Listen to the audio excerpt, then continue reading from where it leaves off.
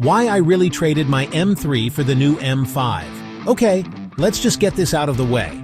I traded my M3 for this, the 2026 M5. The first comment I got was, soft. Second, sellout. Third, you'll miss the purity. I get it, truly. The M3 is the internet's sweetheart. Manual option, 3,814 pounds, a rear-drive hooligan. The M5? It's a 5,247 lb hybrid with back massaging seats and yes, a plug-in port. On paper, I've committed heresy. But here's the twist. After 4,000 miles, I haven't once looked in the rear view wishing for the M3. Stick around and I'll tell you exactly why this switch was the smartest move I've made, both for my driving and for my life outside the car. Picture this. Last month I'm at a stoplight, windows down, kid in the back seat of the M5, humming along in quiet EV mode. Next to me, an older gentleman in an E92 M3 gives me that knowing nod. Light goes green. I roll onto the throttle, hybrid boost hits, and the guy's jaw drops as the M5 silently catapults to 60 in 3.4 seconds, while his straight six screams to keep up. That single moment sums up why I'm not looking back. It's not just the speed, it's the way the M5 delivers it. No drama, no wheel spin, just instant, savage, effortless thrust. Let's be fair, the M3 is a scalpel. Mine was a competition X-Drive, 473 GP, 406 lb 0, 60 in 3.4. On a tight canyon road, it feels telepathic.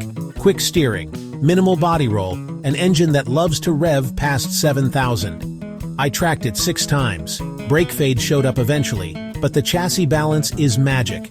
Weekend blasts were pure therapy. I'll always respect that car. If your life is 90% twisty roads and 10% commute, honestly stop watching. Buy the M3. My life flipped. Twin babies, a 60-mile daily round-trip commute, and a job that has me driving clients to lunch.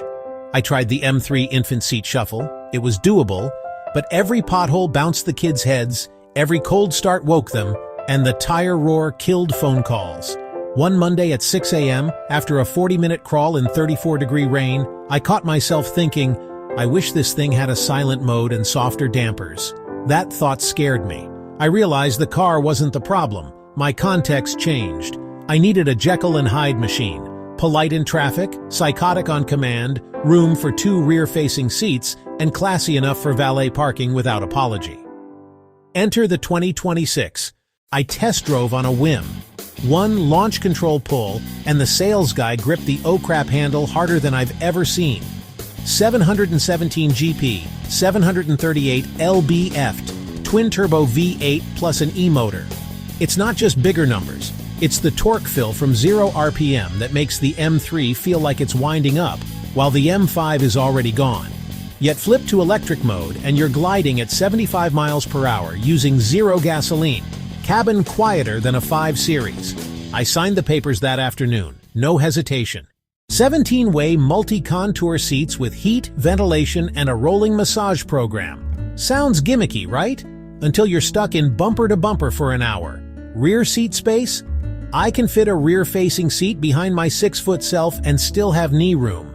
The trunk swallowed a stroller plus weekly groceries with space left for a track day helmet bag.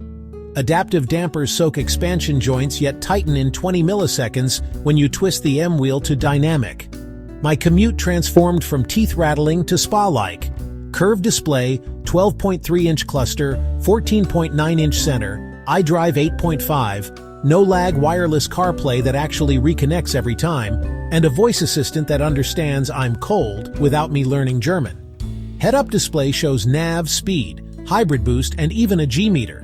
Over-the-air updates meant the car got a 25 HP bump while I slept. The M3's tech felt current in 2022. The M5 feels like it's... I plug in at home on a level 2. 40 minutes gives 25 electric miles. My suburban loop to daycare and back is 19 miles. So most mornings I drop the kids using 0 fuel, 0 local emissions. On longer stints, the V8 blends in so smoothly you only know it fired because the tach wakes up. Net result, I'm averaging 29 mpg on the commute versus 18 in the M3. That's real money at $4 a gallon, plus the smug feeling of silent EV torque. Weight is up 1,400 lbe. Sounds catastrophic, I know, but rear steer shrinks the wheelbase field by 2.5 feet at parking speeds. In corners, the car rotates. Torque vectoring AWD sends 100% to the rear until slip, so you still get playful oversteer. I even set a personal best up my local mountain pass by 2 seconds over the M3, thanks to traction out of hairpins and the hybrid boost-filling turbo lag. Yes, inertia is physics, but the M5 masks it better than any 2.5-ton car has the right to. The M3 exhaust bark is addicting. The M5 is more restrained. Solution?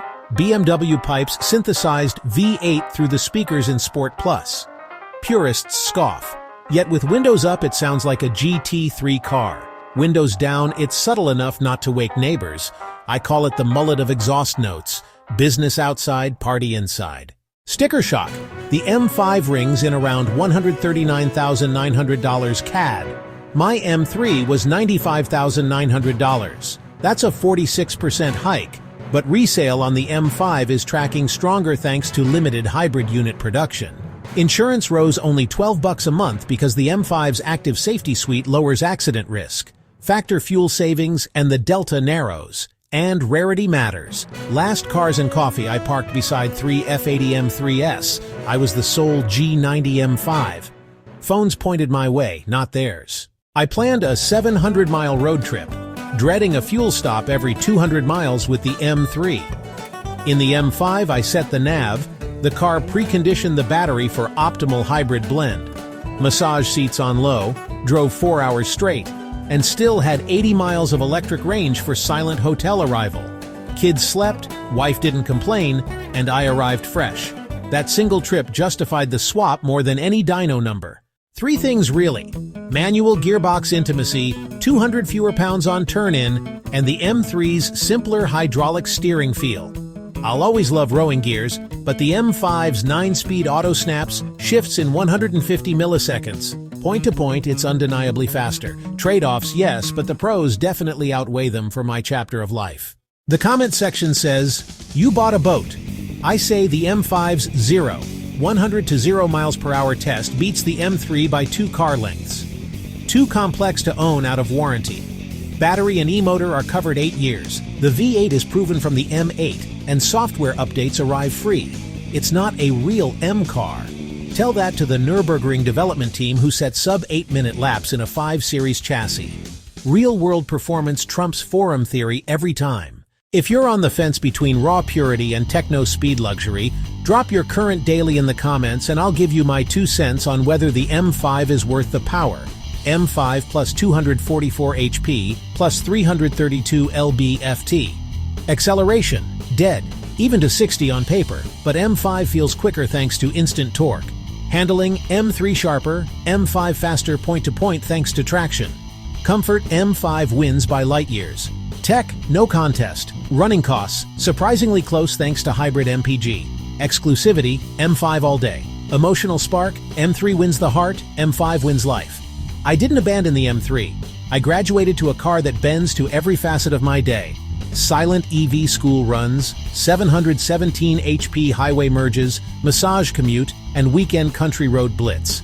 The M5 isn't a replacement, it's a time machine that gives back calm moments and adrenaline hits in one package. So yeah, call me soft. While you're fueling up for the 3rd time today, I'll be in electric mode. Kids asleep, stereo purring, knowing I can wake a V8 with a downshift whenever the road opens. That's why I really traded my M3 for the new M5. And why I'm never looking back. Smash that like if you've ever outgrown a car you loved, subscribe for more real-world performance tests, and let me know, would you take the purity of the M3 or the split-personality M5? Comment below, best answer gets pinned.